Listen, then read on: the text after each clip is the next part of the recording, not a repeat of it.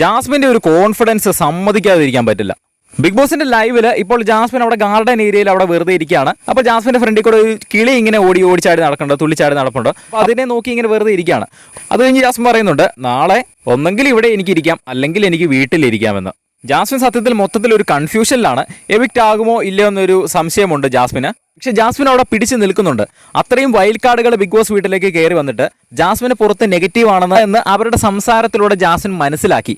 എന്നിട്ടും ജാസ്മിന്റെ game മാറ്റാനൊന്നും Jasmine നിന്നില്ല. ജാസ്മിൻ കളിക്കുന്ന അതേ രീതിയിൽ തന്നെയാണ് ജാസ്മിൻ അവിടെ കളിച്ചുകൊണ്ടിരുന്നത്. വൈൽഡ് കാർഡിന് വന്നതിന് ശേഷവും ഗബ്രിയുടെ കൂടെ രാത്രി സംസാരവും പതിപോലെ എല്ലാ കാര്യങ്ങളും ജാസ്മിൻ ചെയ്യുന്നുണ്ടായിരുന്നു. അവര് പുറത്ത് നെഗറ്റീവ് ആണല്ലോ എന്ന് പേടിച്ചിട്ട് ഗബ്രിയോട് സംസാരിക്കാതിരിക്കുകയോ അങ്ങനെ ഒന്നും തന്നെ ചെയ്തിട്ടില്ല. അതുപോലെ തന്നെ ജാസ്മിന്റെ ആ ഒരു ഗെയിമിൽ വിശ്വാസമില്ല എന്നുണ്ടെങ്കിൽ വേണമെങ്കിൽ പണപ്പെട്ടി എടുത്തുകൊണ്ട് ഈ ആഴ്ച പുറത്തേക്ക് പോകാമായിരുന്നു. പക്ഷെ ജാസ്മിൻ ഓൾറെഡി നേരത്തെ തന്നെ പറഞ്ഞിരുന്നു, ഞാൻ എന്തായാലും പണപ്പെട്ടി എടുക്കാൻ പോകുന്നില്ല, ഞാൻ ടോപ്പ് 5 ഉണ്ടാകുമെന്ന് തന്നെയാണ് ജാസ്മിൻ പലപ്പോഴായിട്ട് പറഞ്ഞിട്ടുള്ളത്. അപ്പോഴും അവിടെ ഉള്ള വീട്ടിലെ മിക്ക മത്സരാർത്ഥികളും ടോപ്പ് 5 പ്രെഡിക്ഷൻസ് നടത്തുമ്പോൾ ജാസ്മിനെ ഒരു ലിസ്റ്റിൽ പോലും ആരും ചേർത്തിട്ടില്ല. ഇത്രയൊക്കെ കേട്ടുകൊണ്ടിരുന്നാലും ജാസ്മിന്റെ ഒരു തരി പോലും കോൺഫിഡൻസ് കുറഞ്ഞിട്ടില്ല. ജാസ്മിൻ ഇപ്പോഴും ജാസ്മിന്റെ ഗെയിമിൽ ഉറച്ചു വിശ്വസിക്കുന്നു.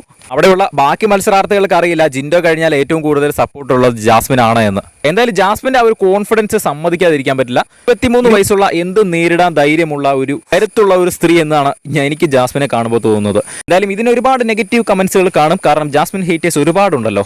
എന്തായാലും ബിഗ് ബോസ് അപ്ഡേറ്റുകൾക്കായിട്ട് ചാനൽ സബ്സ്ക്രൈബ് ചെയ്യുക.